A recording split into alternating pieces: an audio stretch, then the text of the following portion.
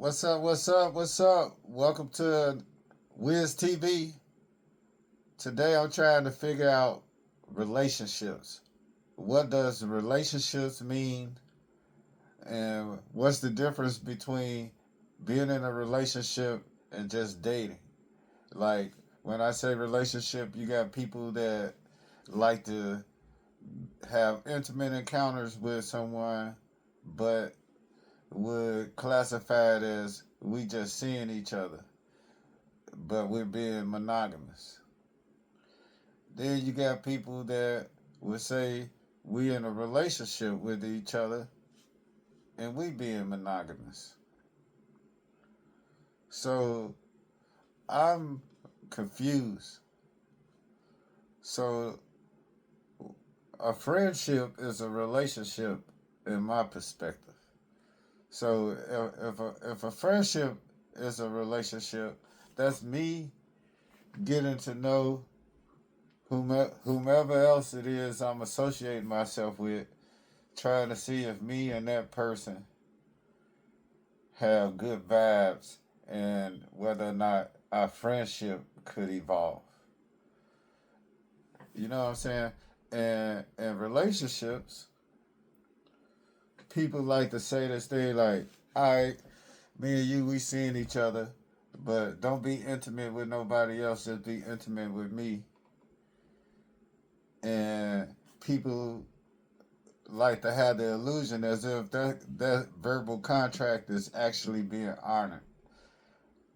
I personally don't believe contract that verbal contract should be honored because if you just seeing somebody or if you just in a relationship with somebody, same thing.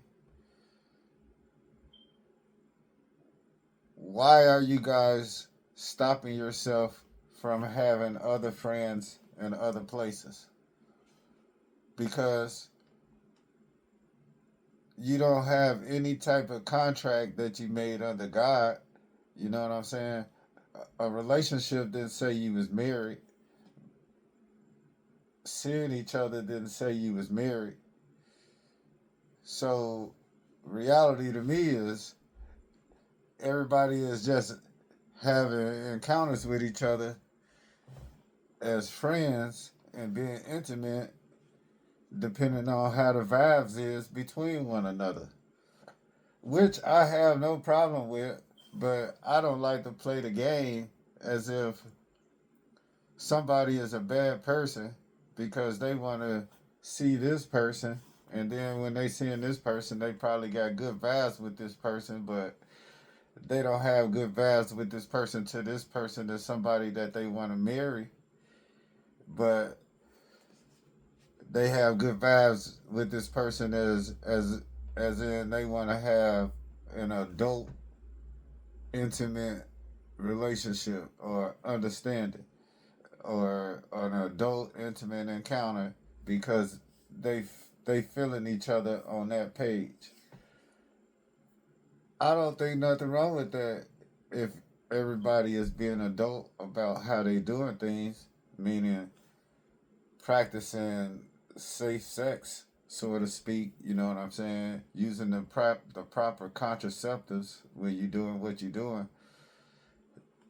Nothing should be wrong with that, and nobody should be looked ill upon because you didn't make a contract under God saying that you're gonna commit to this person for the rest of your life. But society nowadays, we got this thing where people like to frown on people that got this person that they seeing or they see out at the club or they see out at the neighborhood park. People like to frown at them if they see that person with different friends or different people that they thought they was in a relationship with or different people that they thought they was seeing. And I look at it like if you see me with my friend Billy Bob Thornton and then you see me with my friend Sean John, you won't look at that any different or you wouldn't frown upon that. So if you see me with this person that you assume I'm having intimate encounters with over here, and then you see me with another person that you think I'm having intimate encounters with over there,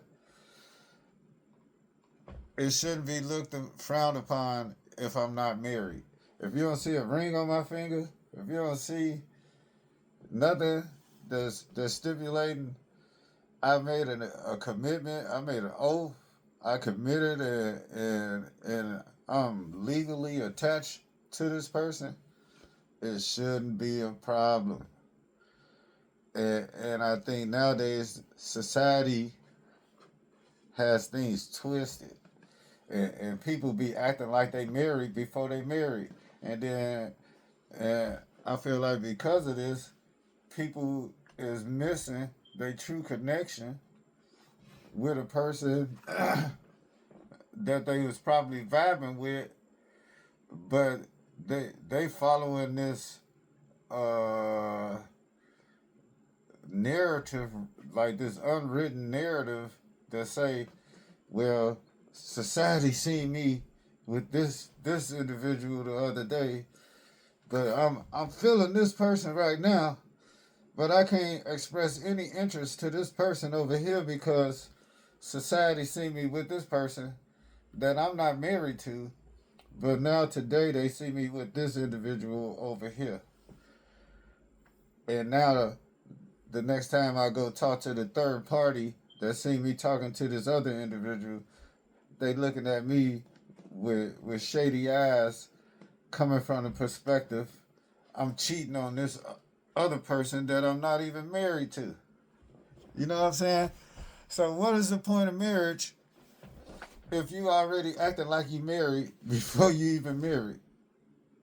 This is how come we got all this like chaos going on with relationships, because people is following this unwritten rule given by society that if you express interest in more than one person, there's something wrong with that.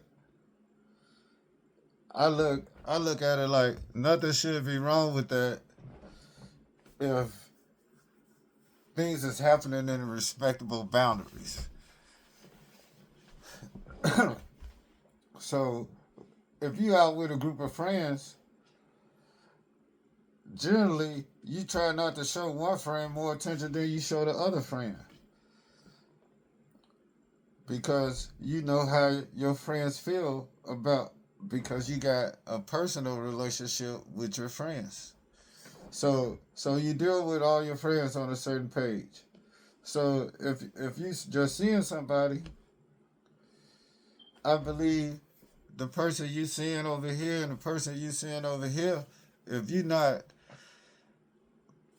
putting things in their face, as in and like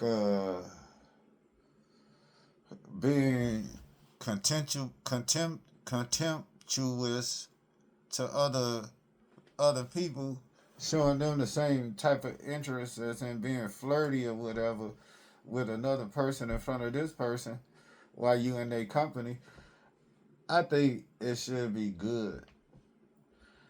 And I also think people need to pay attention to what's going on at the beginning of an encounter when you deal with a person. It's a lot of truth to it's almost like love at first sight, right? Because when you first deal with a person, you see all the positives. There's pluses all around them. They surrounded by positives. But as time go on, you see a hiccup here, you see a hiccup there, but then you overlook that hiccup because generally you still inebriated by lust, inebriated by the desire to be wanted. You still inebriated by the satisfaction of feeling like you finally got that significant person. And because of those factors, you begin to ignore hiccups the, and not look at the hiccups and ask yourself when they first happen. Well, man, this person did this hiccup one time. And since they did this hiccup, I got to believe that that is a part of this person's character, a part of this person's makeup. You cannot give people a character that's in your imagination. You got to give people the character of who you see them actually playing the role to be. So when you see a hiccup, you got to believe that hiccup happened, and then you got to ask yourself, can I tolerate this hiccup for the rest of my life? And then you say, well, if you don't ask yourself that question, can I tolerate this hiccup for the rest of my life? And you still inebriated by the feeling comforted, feeling like you found somebody, da da da da da. Well, the next time the hiccup come, it'll get you just as frustrated, but you don't realize now it's a sign saying we may not work. These hiccups at the beginning of relationships are signs letting you know the pros and cons of this person's character, as well as this person is figuring out the pros and cons to you. Right? But it's a trick to that because everybody, when they first meet somebody, they being their best self. When somebody first meets you, they not telling you all the skeletons they have in their closet. They being the best impression that they think that you want for you to desire them. So you gotta sit back and allow time to evolve to see if you guys are really worthy of a relationship. Because in life, you got good and bad run hand in hand. They run parallel to each other. And because of that, because of good and bad running parallel to each other, you know that if all this person is presenting to you is all perfections, you got to sit back and wait for the imperfections. And when you see the imperfections, you got to ask yourself, can I deal with these when the next time it happens? Now, what messed these situations up is if you have hidden agendas. Hidden agendas such as, man, you need a place to stay. Man, this person got access to finances that you ain't got access to, but you've been desiring to get in this doorway. So those like hidden agendas create chaos and turmoil. And hidden agendas lead to friction. You trying to you going against the grain. You're going against the forces of nature. And it's so crazy because people don't realize they doing it, but they do it. And every time you go against the forces of nature, it's like being in the ocean. You creating a tidal wave. You creating you creating all this turbulence, and you begin to see you're not happy. You always disgruntled about something pertaining to the relationship. But then this hidden agenda keep you in a relationship, and you'll be going through fire, as in going through this obstacle and that obstacle, trying to make this relationship work. When the reality was, you guys probably should have ended it a long time ago, or you guys shouldn't have made it where you guys were monogamous in the first place, to where now you guys is trying to force something that wasn't meant to be. Yeah, I believe God put everybody in our life for a reason, but because of evolution, it doesn't mean they have to stay there. So Don't have people in your life beyond their purpose, or else you'll end up living a miserable life. You know what I'm saying? You got to be careful.